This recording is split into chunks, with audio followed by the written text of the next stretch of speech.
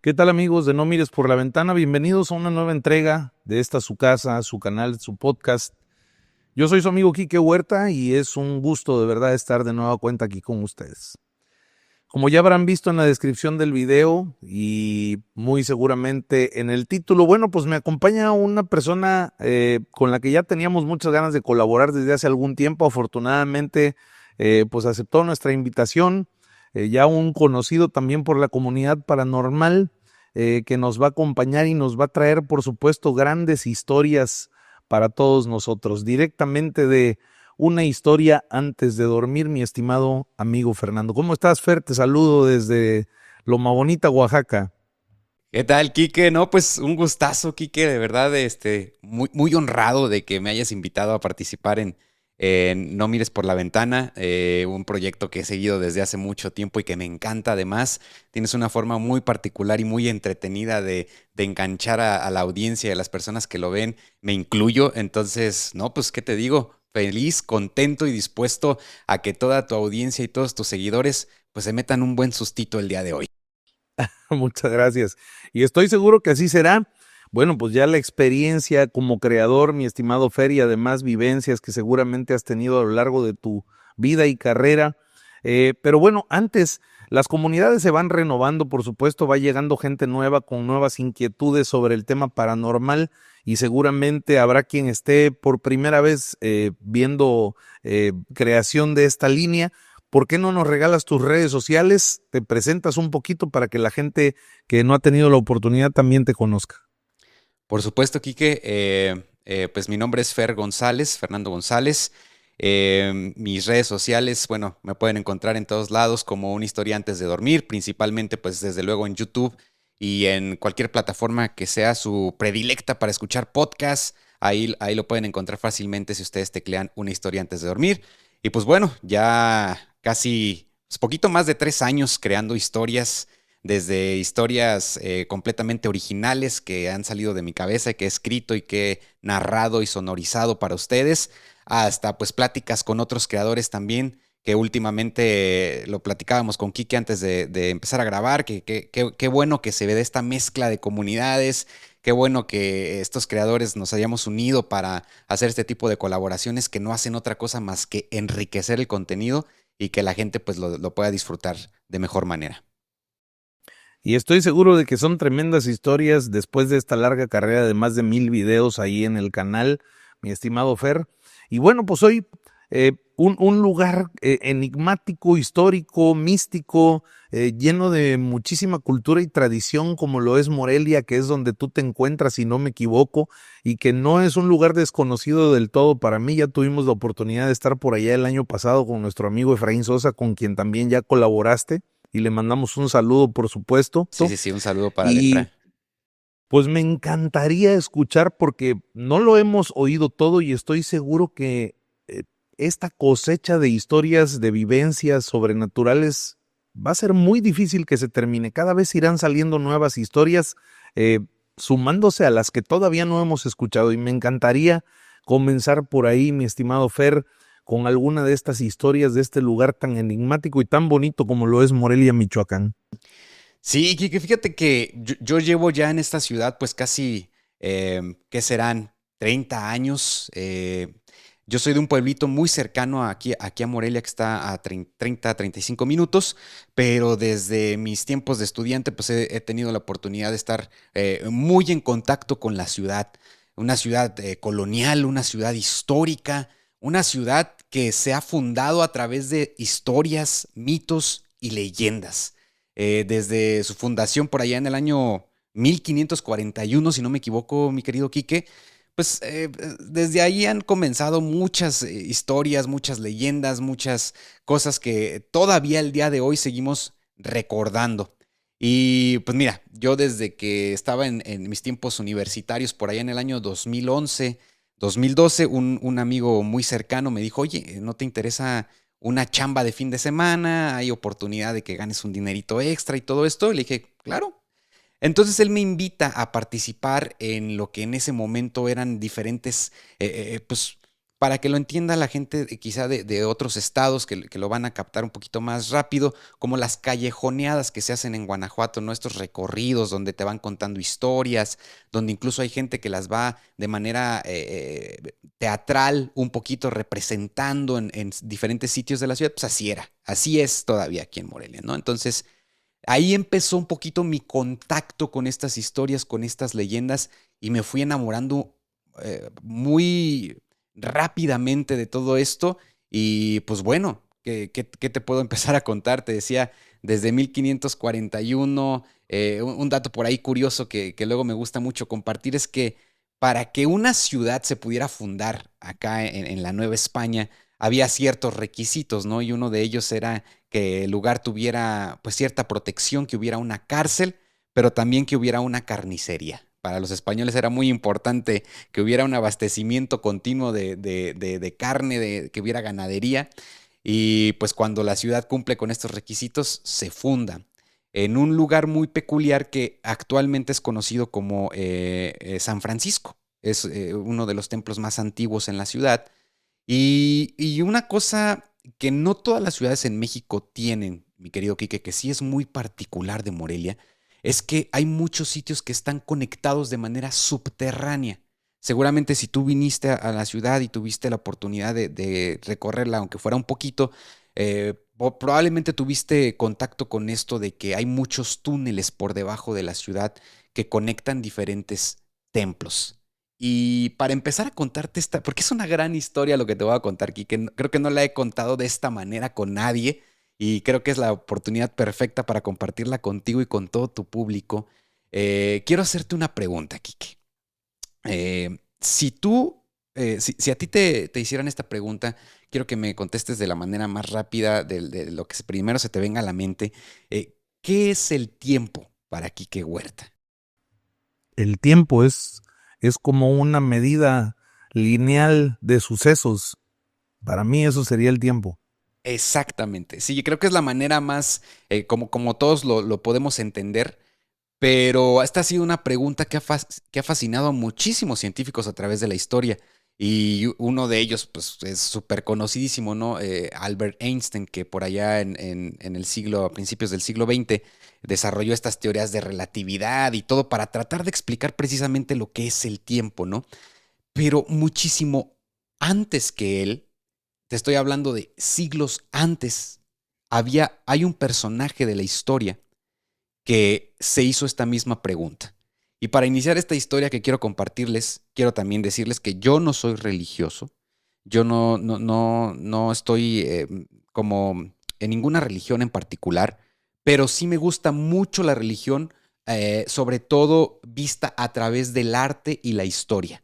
He tenido la oportunidad de viajar a muchas partes del mundo, me encanta viajar y siempre me gusta mucho ir a templos, a catedrales, porque presentan una visión histórica y una visión artística de lo que es el mundo. Y este personaje que se hizo esta pregunta sobre el tiempo es un personaje que el día de hoy conocemos como San Agustín. ¿Alguna vez habías escuchado de él, Quique? Sí, claro. San Agustín, ¿no? Un personaje que yo creo que en todas las ciudades de México, si tú vas, hay algún templo dedicado a San Agustín, ¿no? Hay alguna iglesia, hay alguna imagen, hay alguna estatua. Él fue un personaje obviamente religioso, que en su honor es que se funda la Orden de los Agustinos, pero también fue un gran científico a su manera. No es por extrañarse que el día de hoy los agustinos se caractericen por ser sacerdotes, monjes, no sé en realidad cómo se les diga, pero que son muy allegados a la lectura, muy allegados a llevar ciertos estudios particulares. Y en Morelia, por supuesto, no es la excepción. Hay un templo dedicado a San Agustín. Un templo que tiene más de 400 años de antigüedad, Quique. Y yo sé que a lo mejor muchos se están preguntando a este punto a dónde voy a llegar, pero tiene que ver con una historia sobrenatural, ¿eh? Se los adelanto un poquito para que vayan siguiéndome en todo este rollo, para no perdernos. Entonces, hay un templo dedicado a San Agustín, un templo que se construyó una década después que fue fundada la ciudad de Morelia, es decir, por allá del año 1550, y tiene una particularidad, Quique. En este templo hay una pequeña capilla que antiguamente, antes de que se descubriera, porque encima permaneció oculta durante más de 300 años, pero esta capilla era conocida como la Capilla Profundis, o la Capilla Profunda. Y el día de hoy, pues es una bóveda que está repleta, imagínate, y te voy a pasar algunas imágenes, Quique, para que las puedas poner si quieres como un poquito de ayuda gráfica, pero tiene una bóveda que está completamente cubierta con motivos astrológicos. Tú entras a esta pequeña capilla dentro del templo de San Agustín en Morelia y lo primero que ves es un techo repleto de estrellas, de constelaciones, de, pues ahí un montón de figuras que tú podrías pensar que no tienen mucho que ver con la religión. De hecho, pues por muchos años la religión estuvo completamente en contra de la adivinación y de la astrología y todo esto. Entonces, pues, ¿qué hace este lugar en un templo católico? Y además, les adelanto, hay ciertas obras, pinturas expuestas en este lugar que son completamente anónimas. Es decir, no se sabe quién las pintó, pero están ahí. Otras sí se sabe quién las pintó, pero las que son anónimas son un poquito, eh, ¿cómo decirlo? Extrañas, un poquito misteriosas, Kike. Entonces, pues a mí un día, te decía que me llama mucho la atención toda esta historia, me dan la oportunidad de ir a grabar a este templo, me dan la oportunidad de estar ahí en este lugar, así que se los puedo decir tal cual porque estuve ahí, para contar un poquito acerca de la historia del lugar, pero también hablar un poco de San Agustín y de todo esto. Y es aquí, mi querido Quique, cuando me encuentro con una historia, una leyenda muy particular que a mí me quitó el sueño durante pues varios días, si no es que semanas. Así que pues estás listo, Quique, y tu audiencia para contarles esta historia. Adelante. Mira, en este templo de San Agustín había pues un monje, un fraile llamado Maroco. Este fraile, esta historia además estoy a punto de contarles, no es algo que yo me haya inventado ni que se haya pasado de boca en boca, sino que hay registros históricos dentro de la orden agustina donde está todo esto. O sea, escrito de manera, les decía, los agustinos son muy metódicos, son muy de anotar, muy de escribir, muy de leer. Entonces, hay registros históricos de esto. Fray Maroco era un fraile que pues, había sido enviado aquí a Morelia, a ese templo, pero era una persona muy sensible. ¿En qué sentido? En el sentido de que podía percibir ciertas energías, ¿no? Cuando tú querías hablar sobre temas más misteriosos, sobre temas de que, ay, me está pasando esto, ibas con este fraile porque él era muy dado a percibir ciertas cosas que los demás frailes no. Entonces, uno de tantos días que el fraile se encontraba en el templo de San Agustín, él empieza a percibir ciertas situaciones extrañas, Quique, ciertas cosas raras, empieza a sentirse un poco, ya sabes, cuando entras a algún lugar y de repente se te enchina la piel de la nada y empiezas a sentir un poco de frío y empiezas a ver que cosas cambian en el ambiente, pues él empezó a percibir estas cosas. Eh, Al principio era solo eso. Luego, de repente, cuando se encontraba solo en alguna estancia del templo, empezaba a escuchar ciertos ruidos. Después, esta situación empezó a crecer al punto en el que él ahora percibía ciertas sombras que se movían entre los pasillos del templo. Y llegó una noche sumamente con mucha calma, una noche con mucha paz. Él estaba en su cuarto, en el lugar donde él dormía, y había una regla una regla no escrita dentro de la orden de los agustinos, que era que todas las noches antes de dormir, pues tenían que leer. ¿Qué tipo de lectura? Principalmente lectura científica.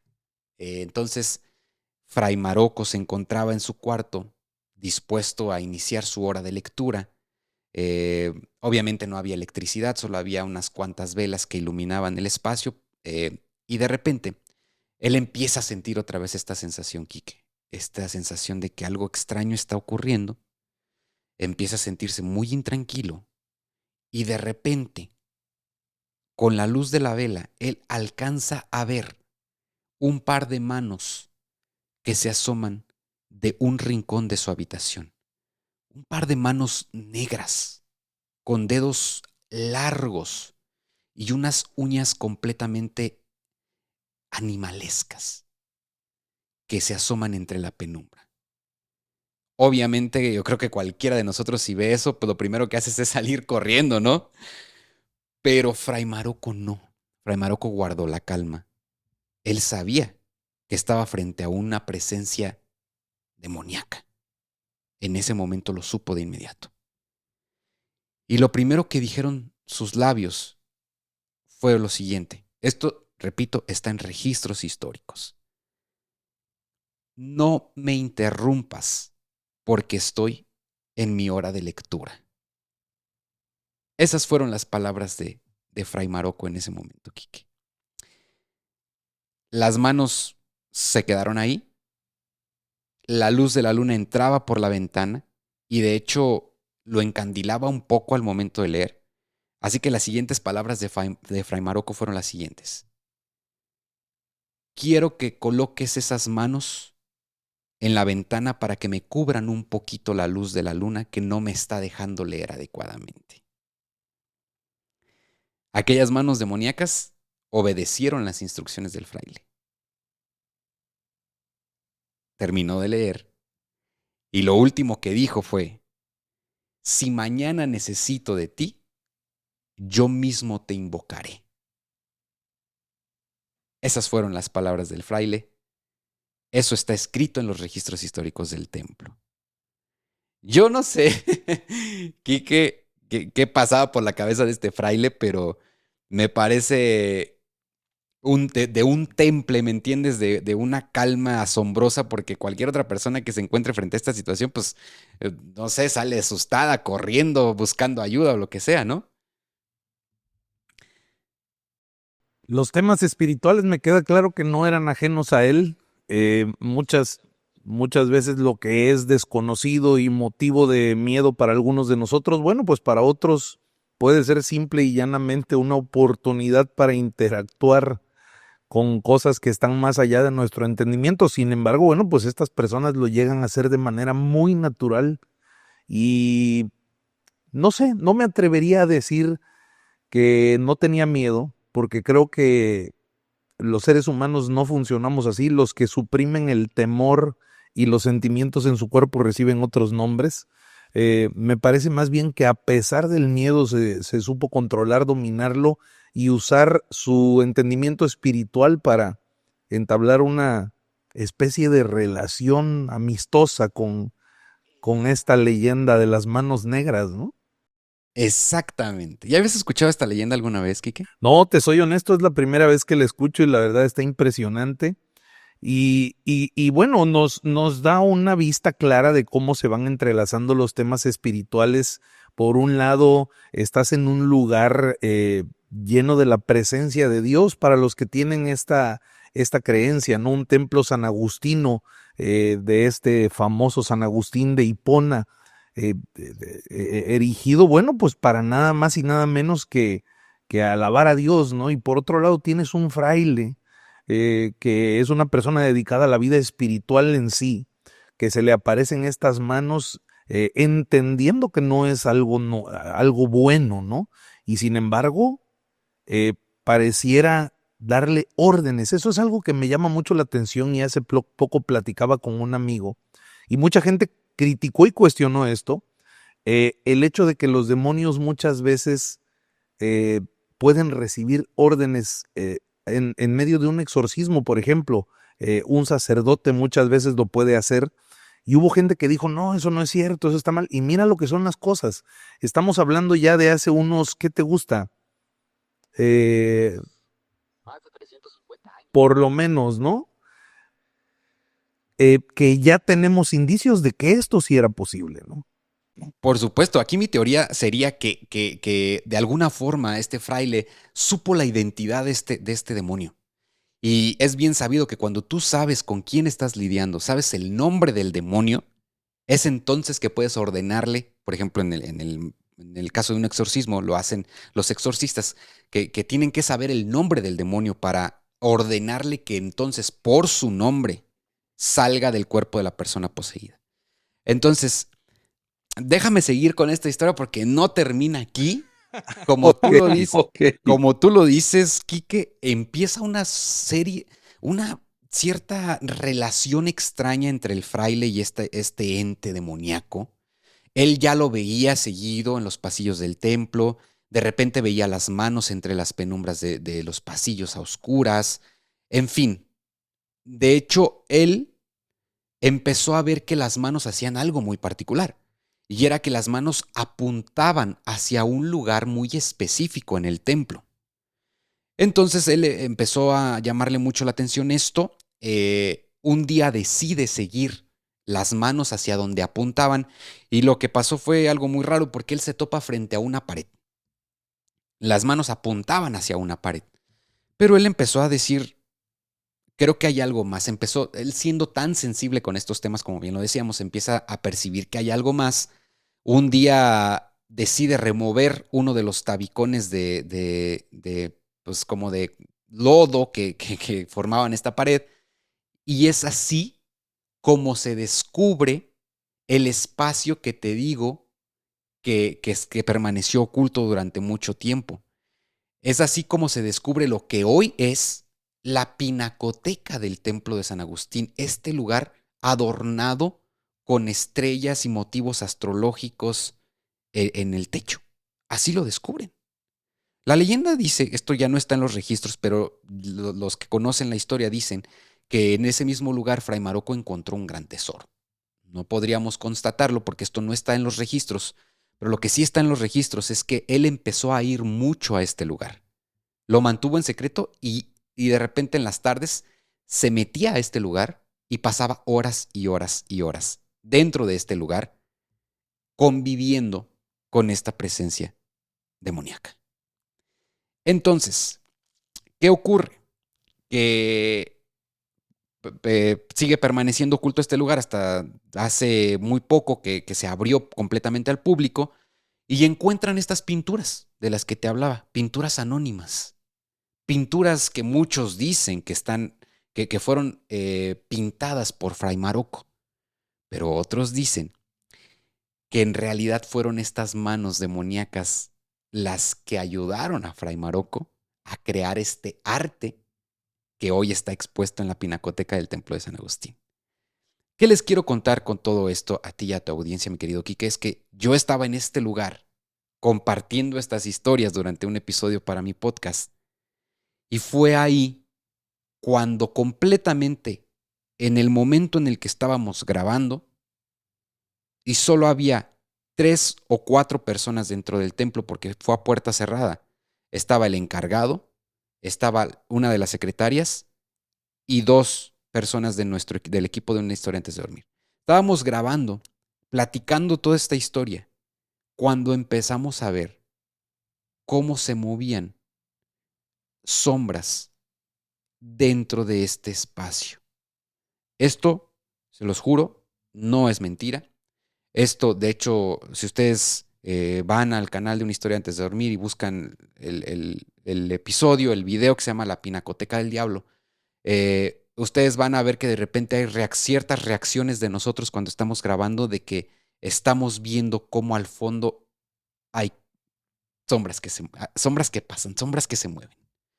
Esto a mí me hizo constatar completamente de que si esto es solo una historia, de que si esto es solo una leyenda y que nada de esto que yo les platiqué es cierto, pues a mí me quedó la sensación de que por lo menos algo extraño que yo no sé qué es ocurre en este lugar. Esta fusión entre lo religioso y lo místico, hablamos de arte sacro que de alguna manera está combinado con otras cosas, cosas extrañas, ¿no?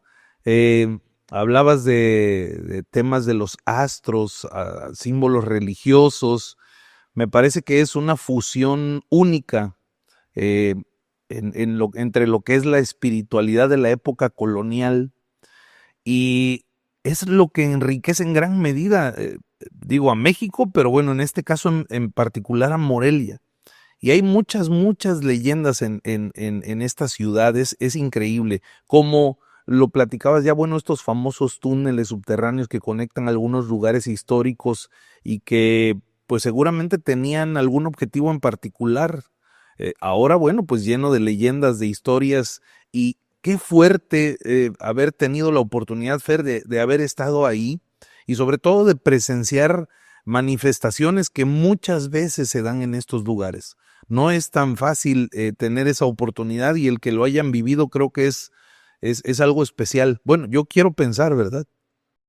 Sí, sí, sí, o sea, fue algo muy impactante, fue algo que te decía, la verdad sí me quitó el sueño algunos días, y yo creo que todas las personas, si hay alguien en estos momentos que ha ido a Morelia o que vive acá y que ha tenido o que conoce a alguien que vive en el centro histórico, por ejemplo, sabrá que en todo el casco del centro histórico de la ciudad de Morelia hay historias como esta. Hay casonas muy antiguas, aquí se gestó la independencia del país. Aquí se hicieron muchas reuniones para empezar estas conspiraciones para la independencia de México. Hay historias relacionadas con muchos personajes históricos que fueron masacrados, fusilados. El mismo Mariano Matamoros, por ejemplo, fue fusilado en esta ciudad, en el centro histórico. No sé, o sea, hay muchísimas historias, como bien lo decías, mi querido Quique, y de hecho hay una que me acaban de compartir muy recientemente de alguien que vive en el centro histórico que experimentó situaciones muy fuertes y que si me permites me gustaría compartir con ustedes. Por favor. Es la historia de un amigo, es un amigo muy cercano, llevamos prácticamente toda la vida de conocernos. Él tiene familiares, uno de ellos tiene una casa aquí en el centro histórico de Morelia, que el día de hoy, pues siendo casas muy antiguas, a veces es muy complicado pues remodelarlas, ¿no? Inyectarles un capital grandísimo porque tienes que tumbar prácticamente todo, pues ya no hay forma de que puedas reutilizar paredes que fueron construidas hace 250, 300 años. Entonces es muy difícil invertir en todo esto, además de que pues tienes que seguir ciertas reglas establecidas porque el centro histórico de Morelia es patrimonio cultural de la humanidad. Entonces tú no puedes llegar a tumbar una casa del centro histórico y poner ahí un edificio supermoderno, ¿no? Eso es imposible. Muchas personas optan por mantener estas construcciones prácticamente intactas y sí, acomodándolas de cierta forma para que puedan ser utilizadas como renta, para rentar, para consultorios, para negocios, para todo esto. Y este es el caso. Mi amigo tiene un familiar que tiene una casa ahí que el día de hoy renta. Algunas zonas son para oficinas de doctores y otra zona de la casa es para estudiantes, ¿no? Entonces, él tiene un sobrino que decide venir a estudiar a Morelia y le dice, "Ah, pues quédate en la casa, ¿para qué buscas dónde rentar? Ahí quédate, está en el centro, está bien ubicada, etcétera, etcétera". Y él dice, sí, está bien. Resulta que él desde que llega a la casa, Quique, pues empieza a percibir la presencia de un niño. Él empieza a describir cómo cuando llega de la escuela, ya sabes que uno siendo estudiante pues se va de parranda, a veces llegaba a las 2 3 de la mañana, y él decía que siempre que llegaba, él veía un niño, veía como una figura pequeñita, como una sombra, pues, ¿qué será? De un metro, poquito más de un metro, corría entre las estancias de la casa. Encima él escuchaba una pequeña risa de este niño cuando pasaba esto. Entonces él al principio empezó a decir como que, bueno, no pasa nada, está bien, la verdad no tengo como para salirme a rentar otro lado, tengo que quedarme aquí. Entonces aprendió a convivir un poco con esta situación hasta que empezó a darse cuenta de algo. Empezó a darse cuenta que este niño siempre corría en una dirección. Cuando él llegaba y veía en la sala, por ejemplo, que estaba esta sombra del niño, este espíritu del niño, y corría, y luego estaba en la cocina y corría. Siempre veía que era en una misma dirección y era precisamente a la estancia donde están los consultorios. Un día él, pues intrigado por toda esta situación, decide seguir ese camino que seguía el niño y se topa con una zona de la casa que él no había visto antes, que es un pequeño patio y en el centro del patio había unas piedras en forma circular y a él se le hizo muy curioso todo esto. Entonces es cuando decide hablar con el dueño de la casa, con su tío, y le dice, oye, ¿sabes qué? Está pasando esto, estoy viendo esto y me encontré con esta zona de la casa, ¿ya viste qué es? Y su tío le dice, no, nunca había visto yo eso, nunca había visto que hubiera esas piedras ahí. Deciden ir a investigar un poco más todo esto, y esas piedras, Quique, eran los restos de un pozo que existió hace muchísimo tiempo en esa propiedad, que obviamente fue sellado hace muchos años y que el día de hoy pues solo quedaba un pequeño indicio de que había algo ahí. Entonces, es así como se encuentran con una fotografía muy antigua que estaba en una de las recámaras de esta casa cuando lo compró su tío. Encuentran una fotografía en la que efectivamente ven a un niño que está con su madre en esta fotografía. La historia está de no creerse porque deciden abrir lo que era el antiguo pozo y llevan a una persona que pues ellos consideran que podía ayudarlos con todo esto para descubrir qué es lo que está pasando. Una persona que es medium va a este lugar y es cuando ella les dice que efectivamente había un niño allí, que efectivamente el niño y su madre vivieron en esa propiedad y que de alguna manera ocurrió un terrible accidente en el que el niño cayó en el pozo y que se quedó atrapado, que se quedó enganchado en esta casa, que lo que tenían que hacer ellos para que el niño dejara de manifestarse era encontrar sus restos, es decir, escarbar lo más profundo que pudieran en ese pozo para encontrar los restos de este niño, lo que pudieran encontrar, así fuera una pequeña pieza de un diente, de un hueso, que era obviamente lo único que podían encontrar,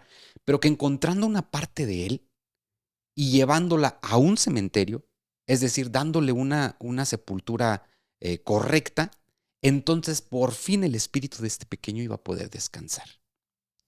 Lamentablemente esto nunca ocurrió porque todo aquel albañil, trabajador que contrataron para este trabajo, sufría de mareos, de dolores intensos, incluso de desmayos, mientras se encontraban en los trabajos para encontrar los restos de este niño. Una situación sumamente perturbadora, sumamente fuerte, porque mi amigo me cuenta que hasta el día de hoy se sigue percibiendo la manifestación de este niño que probablemente va a estar atada a este sitio por siempre. Después de la tragedia inicia la leyenda, mi estimado Fer.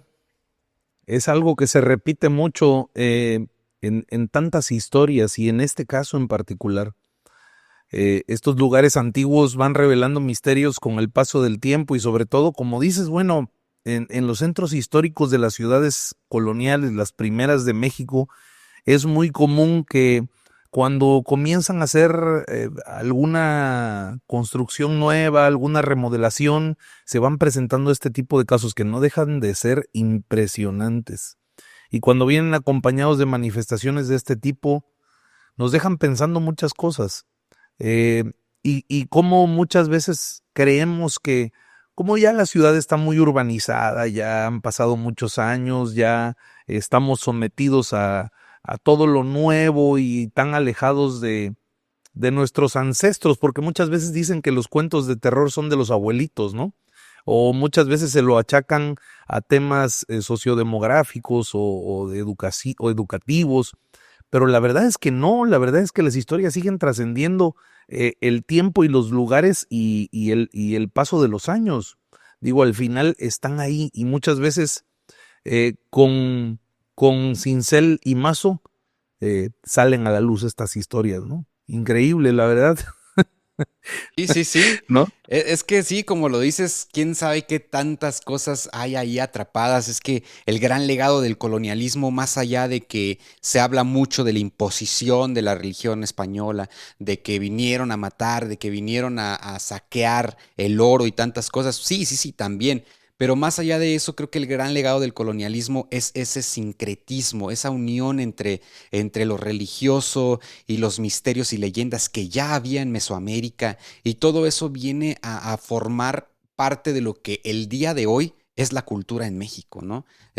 Tantas historias de las que se hablan todos los días, de apariciones, de todo esto, pero todo eso que nos encanta y que nos apasiona y que nos llena de intriga, pues viene de todo, viene de esa unión, ¿no? De cómo lo que creían los indígenas y lo que creían las tribus mesoamericanas se une con el factor de las creencias europeas, de las creencias de los españoles, para dar lugar a todo este tipo de misterios y cosas que el día de hoy, no solo en Morelia, porque sí, Morelia, les decía, es una ciudad pues con muchísimos años de historia que se ha alimentado de tantas leyendas y misterios, pero no sé, todavía en Ciudad de México, que no se siguen encontrando cosas en pleno, ahí donde está el Templo Mayor, en pleno centro de la Sí. ciudad, todavía hay cosas que están por salir a la luz, que están por descubrirse.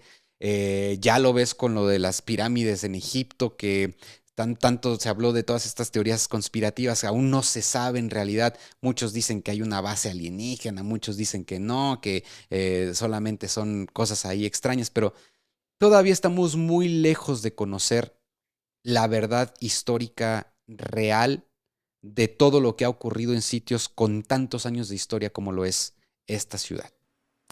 Pues tan solo digo, ahora que tocaste el tema de las pirámides, hay gente que lo platica, que Cleopatra, por ejemplo, está mucho más cerca de nuestro tiempo actual que de la construcción de las pirámides, y estamos hablando ya de varios años atrás. Entonces, todavía hay cosas que son un misterio. Y otra cosa, por ejemplo, que a mí me ha intrigado mucho es que, hablando de Estados Unidos, los padres de la nación de Estados Unidos, los fundadores, aquellos, o hablemos de Washington, de Lincoln, ellos nunca supieron que los dinosaurios existieron. Los dinosaurios son mucho más recientes. Ellos simplemente fallecieron sin saber que hubo criaturas colosales y extrañas pisando la Tierra hace varios millones de años.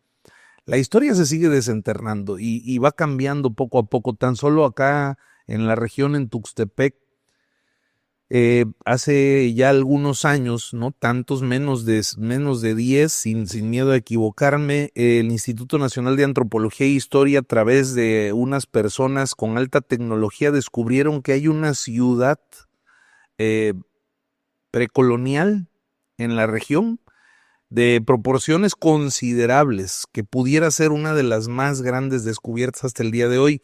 ¿Qué pasa? Que no hay recurso para investigar esto no se va a desenterrar, además de que está en propiedad privada, porque hay unas plataneras muy grandes en esa región, en la región, ahí justo en esa zona. Entonces, bueno, pues muy probablemente todo eso vaya a quedar ahí, enterrado. Hay lugares de ruinas mayas en la península que todavía se siguen descubriendo, ¿no? Tú vas a estos lugares como Uxmal, como Chichen Itzá, y te dicen, pues es que lo que puedes ver aquí nada más es el 20% de todo lo que es la ciudad. Entonces no me imagino el tamaño descomunal que debe tener eso, más lo que no han descubierto. Y regresando a Morelia, bueno, pues a pesar de que es un lugar donde hay mucha historia y hay tanto al descubierto, pues seguramente entre las paredes o en el subterráneo todavía se esconden algunos secretos que poco a poco iremos conociendo a través de una historia antes de dormir. ¿No, Sí, sí, no sí, crees? no, soy muy apasionado yo de todos estos temas, que me encanta, te decía, viajar y de repente ir a sitios poco comunes y contar historias. Mira, la historia es muy aburrida, o sea, seamos honestos, estudiar historia es aburrido. Yo creo que pocas personas he conocido yo que dicen, no, es que a mí lo que me apasiona es la historia, ¿no? A veces no lo enseñan de una forma muy aburrida, pero creo que si acompañas la historia con leyendas, con misterios y con todo esto, puede ser mucho más atractiva y es mi forma de compartir con ustedes un poquito acerca pues, de la gran ciudad en la que vivo, que quiero muchísimo y que me gusta que las personas vengan a conocer todo esto y conocer la ciudad a través de estas historias y leyendas, ¿no? Y como bien lo decías, yo hace poco estuve en Calakmul, por ejemplo, ahí en una de la segunda reserva de selva más grande del planeta. Es impresionante. Aún no podemos descifrar qué fue lo que pasó con la civilización maya por completo. Una de las ciudades más grandes e importantes fue Teotihuacán y no sabemos quién la habitó con certeza, no sabemos qué civilización estuvo ahí, si primero estuvo una, después otra, pero hay mucha controversia en todo esto y como dices tú, los recursos están destinados para otra cosa, ¿no? Los recursos se destinan para cosas que se consideran más importantes, pero ¿qué pasa? Que cuando alguien no conoce su historia, está condenado a repetirla. Si nosotros no conocemos bien la historia, lo más probable es que en algún punto pues termine pasándonos lo mismo que a los mayas, ¿no? Que terminemos desapareciendo y que otra civilización, otra clase de humanos que evolucione en un futuro, pues tampoco sepa qué fue lo que pasó con nosotros, porque es una cadenita, ¿no? Y es así. O sea, mencionabas a Cleopatra, por ejemplo. Hace poco escribí sobre ella y me encantó sumergirme en la historia de este personaje porque yo creo que al menos yo cuando mencionaban a Cleopatra, lo primero que yo me imaginaba aquí que pues era una mujer acá en una faldita bailando y con el rímel así pintados los ojos, ¿no? Y sexy. Es así como nos la muestran en películas, como nos la muestran en series. Pero la figura de Cleopatra sociológicamente, políticamente, fue súper importante. O sea, ella fue de las últimas gobernantes de la era ptolomeica en Egipto, aprendió egipcio, estaba muy en contacto con el pueblo y fue una estratega política impresionante. A través de ella se lograron alianzas entre Egipto y Roma que nunca se habían logrado, obviamente con el interés romano de conquistar Egipto. No, pero la verdad es que es una figura súper interesante. Luego su muerte es todo un enigma, ¿no? Que si la envenenaron, que si ella misma se dejó morder por una serpiente. En fin, es una figura súper interesante.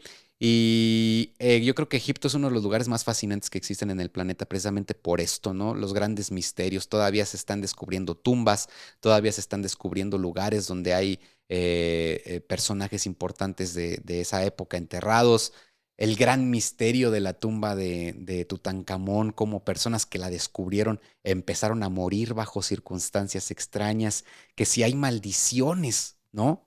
Que todavía han trascendido los siglos y que están todavía ahí esperando para que alguien las desentierre y desencadene los males más grandes del mundo. Ahí están películas como la de la momia, ¿no? Que descubren o sea, es fascinante, ¿no? Hablaba yo también en alguno de los tantos episodios que hice sobre artículos malditos, artefactos malditos. Y hay una historia aquí que me gustaría contarte porque me parece muy fascinante y va muy de la mano de todo esto que estamos platicando y es la historia de la momia de la mala suerte. ¿Habías escuchado sobre este artefacto? No, no, hoy me está sorprendiendo, ¿eh? ¿Por No qué? cabe duda que aprendemos algo nuevo siempre. Sí, es que está bien interesante. Mira, esta momia de la mala suerte no es una momia como tal, no es un cuerpo envuelto en vendas o en todo este proceso de momificación que ya se conoce bien. No, es más bien la tapa, nada más la tapa de un sarcófago que perteneció a una momia que los egiptólogos describen que en vida fue una sacerdotisa del dios Amon-Ra. ¿Ok? Es lo único que se sabe y es un artículo que fue robado y saqueado de Egipto por la corona inglesa y que el día de hoy está exhibido en el Museo Británico, en Londres. ¿Ok? Aquí quiero comentarles que yo vi de manera personal, en directo, en físico, este artefacto, este sarcófago. Se dice que o se le conoce como la momia de la mala suerte porque ha llevado a que muchas personas que tuvieron contacto con ella hayan sufrido pues calamidades bastante grandes. Por ejemplo, los mismos cuidadores del Museo Británico que cuidan la sala número 62 de este museo, que es donde está este artefacto, dicen que ya cuando se va la gente y apagan las luces, ven sombras que se mueven entre los diferentes anaqueles y que ellos relacionan con este artefacto. Pero la historia más impresionante relacionada con la momia de la mala suerte es que fíjate bien, Quique, pudiera haber sido la causante del hundimiento del Titanic. Yo sé que esto parece increíble y obviamente, pues, lógicamente sabemos que el Titanic no se hundió por nada de esto, sino que chocó con un iceberg y ya sabemos la historia, ¿no? Pero hay un registro de uno de los pasajeros del Titanic que dice que él vio dentro del barco y dentro de los artefactos que cargaba el barco precisamente esta tapa, a la momia de la mala suerte. Entonces, lo que ocurrió fue que sufrió el Titanic lo que pasó, sufrió el choque, se hundió, toda una tragedia, ¿no? Pero pues este artefacto, al ser de madera, salió a flote. Cuando sale a flote, es rescatado por una lancha y es subido a otro barco. Y ese otro barco era un barco llamado la Emperatriz. En este barco iba de regreso al viejo continente para pues, regresar todo lo que pudieron rescatar del hundimiento del Titanic. Sin embargo, este barco, la Emperatriz, también terminó en el fondo del mar. Muchos dicen que fue pues por la maldición de este sarcófago de la momia de la mala suerte. Así que es una historia bastante interesante, bastante curiosa, pero que está relacionada, te decía, con toda esta magnífica y gran historia del antiguo Egipto. Sí, muchas veces el imaginario colectivo también es el causante de traernos grandes historias, aunque no podemos descartar nada, ¿no? La historia nos ha traído a lo largo del tiempo muchos ejemplos de qué sucede cuando entras a lugares donde no debes o hablas cosas que no debes o no sé, hay simplemente situaciones que no quieren ser descubiertas eh, de ninguna manera y esa gran curiosidad que tiene el ser humano por conocer, por entender, por buscar respuestas, muchas veces lo mete en situaciones bastante delicadas como en este caso, mi estimado Fer. Sí, sí, sí. Obviamente ya hay quienes dicen, no, pues es que no hay ninguna maldición, sino que cuando abren estos sarcófagos, estas tumbas antiguas, pues hay gases atrapados ahí, producto de la descomposición de metales que pueden llegar a convertirse en gases tóxicos. En fin, al final yo siempre lo he dicho y lo he compartido con mis seguidores y lo comparto ahora con los tuyos, mi querido Quique, pues ¿quién tiene la última decisión sobre si lo que pasa es algo sobrenatural o no? Pues desde luego que tú que estás escuchando o viendo esto, es quien decide si fue algo sobrenatural o tiene una explicación. Pero para mí siempre lo sobrenatural, el factor sobrenatural, paranormal, siempre está presente en todo, en cada aspecto de nuestras vidas, de una forma u otra. Entonces, es lo que me gusta, el mezclar ambas cosas y poder presentar un hecho desde ambas perspectivas. Por alguna razón tenemos una fijación por lo mágico, ¿no? Queremos en todos lados encontrar esas chispas de colores y las apariciones y los susurros, las voces, los ecos. eh, es algo que está en nosotros simplemente, no en todos quizá, pero estoy casi seguro que la mayoría de la población latinoamericana eh, le encantan estas cosas. Y además, Fer, digo, qué triste cuando pierdes esa capacidad de asombro y dices, era un demonio que estaba rondando el lugar. O sea, ya está cañón. Sí, y también el caso de las personas que son completamente escépticas, ¿no? Que ellas eventos desde una perspectiva completamente científica y no aceptan ningún hecho como sobrenatural ni nada. Pues está bien, ¿no? Pero creo que esa parte que mencionas, Quique, de esa esencia que inevitablemente tenemos como seres humanos, que es pues esta búsqueda de lo sobrenatural, de lo espiritual, pues creo que yo también lo que nos hace un poco eso, humanos, ¿no? La capacidad de poder decir, creo que esto que pasó no tiene explicación o pudiera tenerla, pero para mí sigue habiendo algo extraño. Creo que es algo muy bonito y es precisamente lo que le da vida a este tipo de proyectos como lo es No mires por la ventana, como lo es Una historia antes de dormir. Es eso. Si no hubiera ese factor de extrañeza, de espiritualidad, de paranormal, pues estas historias no tendrían mucho sentido, ¿sabes? Sería todo, pues esto se explica de esta manera, esto de esto y ya, punto final, ¿no? Pero pues qué chiste así, ¿no? Como que yo digo, no, pues está chido y todo, pero esa esencia de lo extraño, de lo paranormal es lo que le da un poquito de sabor a la vida. Qué aburrida sería sin nuestras historias, definitivamente. Y en ese tenor, me imagino que tendrás alguna historia más, pero o tal vez antes, bueno, y no sé también si vaya a chocar con la tuya, pero no sé si me des la oportunidad de platicarte algo. ¿Por qué lo quiero hacer? Porque fue una historia que me llamó mucho la atención. Además, tú decías algo bien importante. La historia nos llama la atención cuando tiene cosas que realmente nos interesan. Y si conectamos, entonces la historia nos atrae muchísimo más. Y esta en particular, a mí me abrazó bastante cuando tuve la oportunidad de estar por allá. Me imagino, y estoy casi seguro que sí, que sabrás o habrás escuchado o habrás conocido ya el Conservatorio de las Rosas. Sí, sí, sí, por supuesto, otro sitio súper histórico, muy bonito además, y sí, estoy muy familiarizado con él, sobre todo de los barecitos que están por ahí enfrente, ¿no? Que se acostumbra mucho, ahí se conoce como Las Rosas precisamente, pero sí, es un lugar muy, muy bonito en Morelia.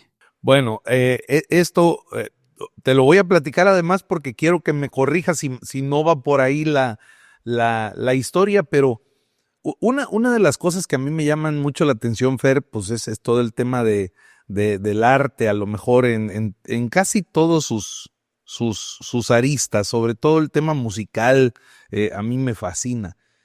Y pues naturalmente, así como hay lugares donde la historia florece, hay lugares donde también el arte florece junto con la historia. Y además, bueno, pues el arte muchas veces va mezclado con tragedia. Y ahí precisamente es donde en el corazón de Morelia, en este edificio, que hoy pues tiene esa vibra de música y cultura, eh, además hay otra cosa que vibra, hay un eco ahí del pasado. Eh, Uno que dicen que no ha encontrado descanso. El Conservatorio de las Rosas, este lugar que es muy ubicado ya, es uno de los lugares probablemente más emblemáticos de la ciudad. Y antes de que fuera este edificio conservatorio, bueno, pues dicen que fue un convento y ahí sucedieron una serie de situaciones que quizá nunca debieron pasar. Además, otra de las cosas que a mí me llama mucho la atención, como a muchos de los latinoamericanos, es el chisme feria. Y esta historia precisamente está plagada de un chisme tremendo porque dicen que en ese lugar hubo una joven novicia que llegó al convento buscando de alguna manera refugio, tal vez consuelo, debido a que su familia la había obligado a tomar los votos. Pero bueno, en este caso, aquí es donde se torna novelesca la situación porque su corazón definitivamente latía y no por los temas religiosos, sino por una persona. Y en este caso cuenta la leyenda que se trataba de un soldado. Uno de estos soldados que pasaban, resguardaban las calles empedradas con espada y mirada firme. Y entre ellos pues había una especie de amor en silencio que se escondía pues entre misales y confesiones. Pero bueno, naturalmente, como sabemos, cuando el amor se vive en secreto, eh, pues al final las cosas no resultan tan bien. Y en esta historia, precisamente no resultaron nada bien. La madre superiora de esta congregación descubre esta situación entre estas dos personas y aunque hoy nos parezca impensable, el castigo, además de ejemplar, fue exagerado y brutal. La acusaron de pecado, de deshonra y cuentan que en una noche de tormenta, ahí en la oscuridad, en lo más profundo del convento, esta joven enamorada fue llevada a un calabozo. Oficialmente nunca se supo más de ella, pero todos sabemos que las paredes, los lugares guardan estos recuerdos. Y definitivamente esta figura ha sido vista desde entonces y hasta la fecha, cuando cae la noche y el lugar está vacío, y cuentan que hay una figura envuelta en un hábito blanco que camina en silencio por los pasillos del conservatorio.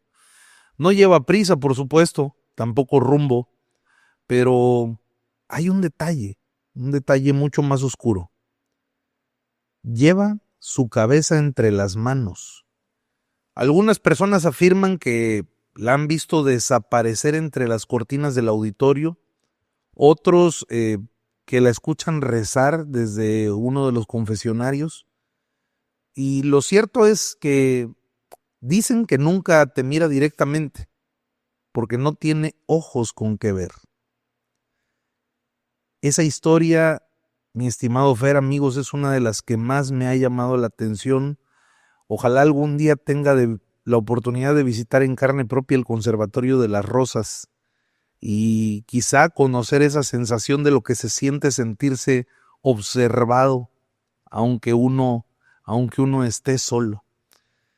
Esa es una historia que me cautivó, me llamó muchísimo la atención y tú que eres más conocedor de esta parte, mi estimado Fer, no sé si hay algo que corregir o comentar.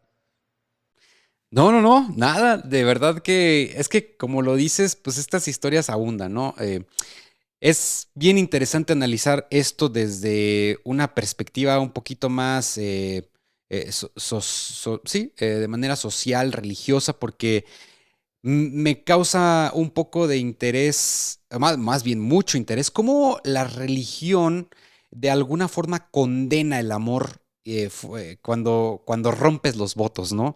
Hay muchísimas historias de frailes que se han enamorado, de novicias, de monjas que han roto sus votos de alguna forma y cuyos espíritus terminan siendo condenados a vagar, que terminan siendo condenados a estar en este mundo sin descanso, con apariciones tan intensas como la que estás mencionando, pero es interesante analizarlo desde este punto de vista, ¿no? Porque así como esa historia, hay, te decía, muchas otras de romances, estos romances prohibidos entre militares españoles, pues sí, además, ¿no? La historia que es otra de las más grandes historias, creo yo, que existen el día de hoy relacionada con todo esto, que es la historia de la Malinche. Cómo no podías, cómo estabas condenado si es que te relacionabas con el enemigo, ¿no? Y estoy haciendo un poquito, estoy haciendo entre comillas, el enemigo, los españoles. Era impensable que te pudieras relacionar en un sentido amoroso con ellos, porque pues, ellos representaban lo malo, el enemigo, los que venían a conquistar. Pero vuelvo a lo mismo. El hecho de habernos relacionado y de habernos unido y de que se diera este mestizaje es lo que le da hoy la riqueza a este país. Y este tipo de historias, de estos amoríos entre monjas que se enamoraban de estos militares que caminaban y custodiaban las calles, pues son bien bonitas, bien interesantes porque nos ayudan a entender precisamente eso. El mestizaje desde un punto de vista no solo religioso, sino paranormal, sino acompañado de este misterio. Y esta historia del Conservatorio de las Rosas es sumamente bonita por eso, porque justo representa ese aspecto. Trágica también, por supuesto, eh, e impactante. Así terminan todas, ¿no? Desde que rompes los votos, sabes que algo malo va a pasar. Y pasó. Sabes que vas, y pasó, exactamente. Y qué impresionante, te imaginas, sería un día recorrer este lugar ya de noche quizá y que te toparas con este espectro sosteniendo su cabeza sin ojos. O sea, me lo estuve imaginando y impresionante. No estoy preparado para eso, pero vamos a hacer el compromiso, mi estimado Fer, de pronto estar en aquellos lugares de nueva cuenta. Y bueno, pues también para despedir y cerrar con broche de oro, que es como abrimos y continuamos con este episodio, la verdad te agradezco muchísimo. Me encantaría que nos regalaras una última historia. Por supuesto, mira, quiero que tu audiencia, bueno, todos nos preparemos. Esto puede sonar un poquito a cliché porque yo conozco muchos creadores que siempre dicen, es que yo tengo una historia que cuando la cuento pasan cosas. Pero se los juro que cuando cuento esta historia pasan cosas. No quiero decir que se vaya a mover algo, que se vaya a apagar aquí algo que sí ha pasado, pero más bien se siente. Esta historia es una de esas historias que se sienten, Quique. Es una historia que está grabada en un episodio de Una historia antes de dormir, que ustedes pueden ir a escucharla de la voz de la persona que la vivió y que cuando la estaba contando completamente en vivo, porque este video del podcast fue en vivo, sucedieron cosas y están grabadas. Es la historia de Lucy. Esta historia, todos los seguidores de Una historia antes de dormir, de los Draculones, la conocen bien, pero es una historia que no quiero dejar pasar la oportunidad de compartir con la audiencia de No mires por la ventana, ¿no? La historia de Lucy. Lucy es un espectro de una mujer sin piernas. Y la historia comienza cuando nuestro seguidor nos platica que él perdió a su mamá siendo muy pequeño. Su mamá tuvo un trágico accidente, él tenía pues, escasos 10 años, me parece. Pierde a su mamá y desde el momento en que pierde a su mamá, pues él empieza a tener problemas para dormir. Él dormía en la misma habitación que su hermano, las dos camas estaban separadas por un pequeño pasillo y vivían con su papá. Él empieza a tener problemas para dormir, le expresa a su papá que durante las noches se escucha ruidos, que durante las noches se escucha como si alguien arañara la cama por debajo. Él escucha estos ruidos, se empieza a asustar mucho y no puede dormir. Entonces su papá le dice, ¿sabes qué? Me parece que puede ser estrés postraumático por la muerte pues, de tu mamá. Vamos para que te atienda un psicólogo, para que pueda ver qué puede hacer por ti. Efectivamente van al psicólogo y el psicólogo inmediatamente dice, no, no coincide lo que me están contando con el estrés postraumático. O sea, podemos descartar eso, ¿no? No se trata de eso, vamos a seguir en terapia para descubrir qué es, pero pues obviamente puede ser cuestiones por el duelo y todo esto. La cosa cambia cuando él una noche está acostado en su cama, empieza a sentir cómo los vellos de su nuca empiezan a erizarse poco a poco. Empieza a sentir sudor, un sudor frío en sus manos y empieza a escuchar estos arañazos por debajo de la cama.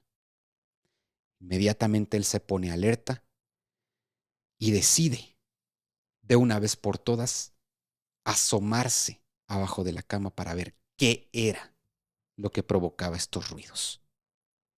Él describe en la llamada, completamente en vivo, que él vio un bulto con cabello largo y un vestido blanco. Un bulto que más tarde se dio cuenta que era el torso de una mujer que se arrastraba por debajo de la cama, impulsándose con sus manos. Él vio cómo este bulto pasó de debajo de su cama a debajo de la cama de su hermano, cruzando ese pequeño pasillo que las dividía. A partir de esta noche, esta presencia aparecía todo el tiempo, incluso si él dormía en otro lugar. Él nos describe una situación en la que en algún momento se fue con sus amigos a una cabaña y él les advirtió a todos. Les dijo, a mí me sucede esto y solo quiero avisarles por si algo extraño ocurre. Pues esa noche, no solo él vio a este espectro, sino que varios de las personas que estaban con él también lo vieron.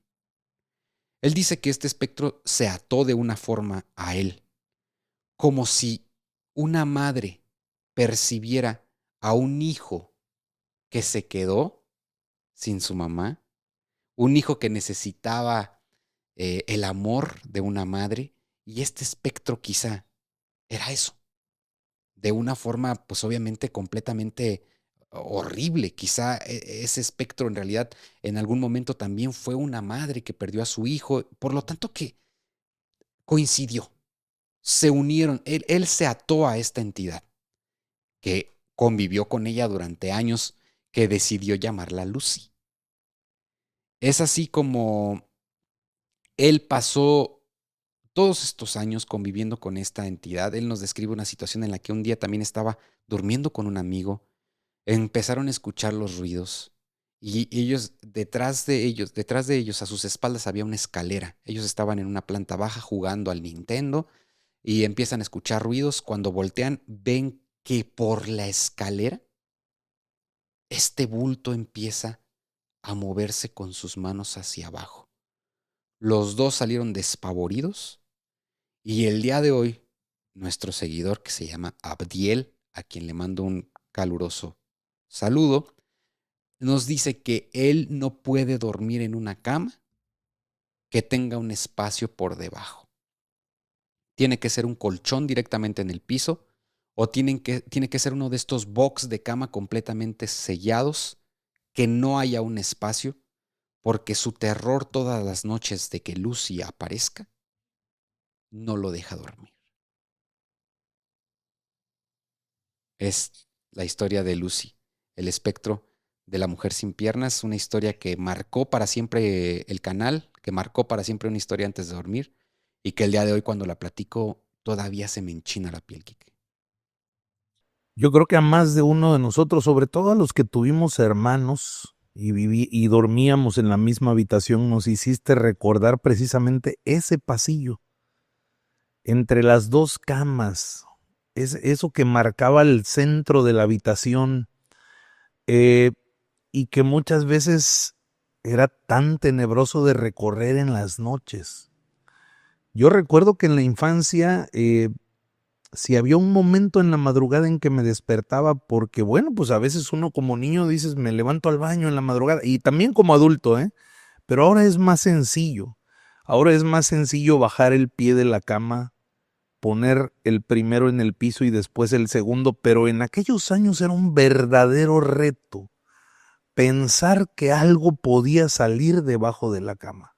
Pensar que al poner apenas el pie en el aire fuera de esta, algo iba a suceder. Es más, dormir sin la sábana protectora o con un brazo fuera de la cama.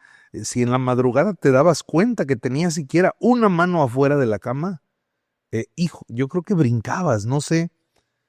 No me imagino de verdad la impresión para estos muchachos, para esta familia también, porque bueno, después de vivirla viene el platicarla. ¿A quién se la vas a contar? Pues a tus papás. Y una de dos cosas, o te ayudan a pasar el trago amargo, o te dicen, hijo, déjanos descansar y deja de ver películas, estás loco, ¿no? Eso no pasa. Sí, sí, y era lo que platicábamos pues con el seguidor ahí en la llamada, justamente, pues es que pues de pronto la primera impresión pues es esa, ¿no? Que obviamente siendo muy niño pierdes a tu madre y tu cerebro te protege de muchas formas diferentes o te hace ver cosas que no están ahí.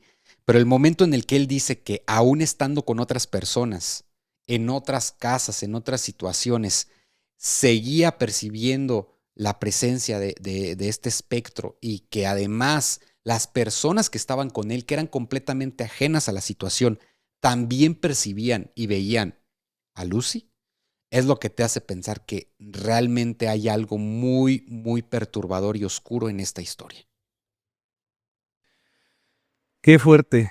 Esperemos que todo esté bien en casa al momento que la comunidad está escuchando, viendo y tratando de disfrutar este episodio. Pero nos encantaría saber en la casilla de comentarios a Fer y a mí si algo sucedió. Nos lo pueden dejar aquí. Así como seguramente Fer les habrá dejado este amargo recuerdo ahí rondando en su cabeza. Así que tengan mucho cuidado en la madrugada cuando estén tratando de conciliar el sueño, porque no vaya a ser que se les aparezca Lucy. Y si estás acostado en tu cama escuchando este episodio, te reto a que si estás con la luz apagada, te asomes a ver qué hay ahí en este momento.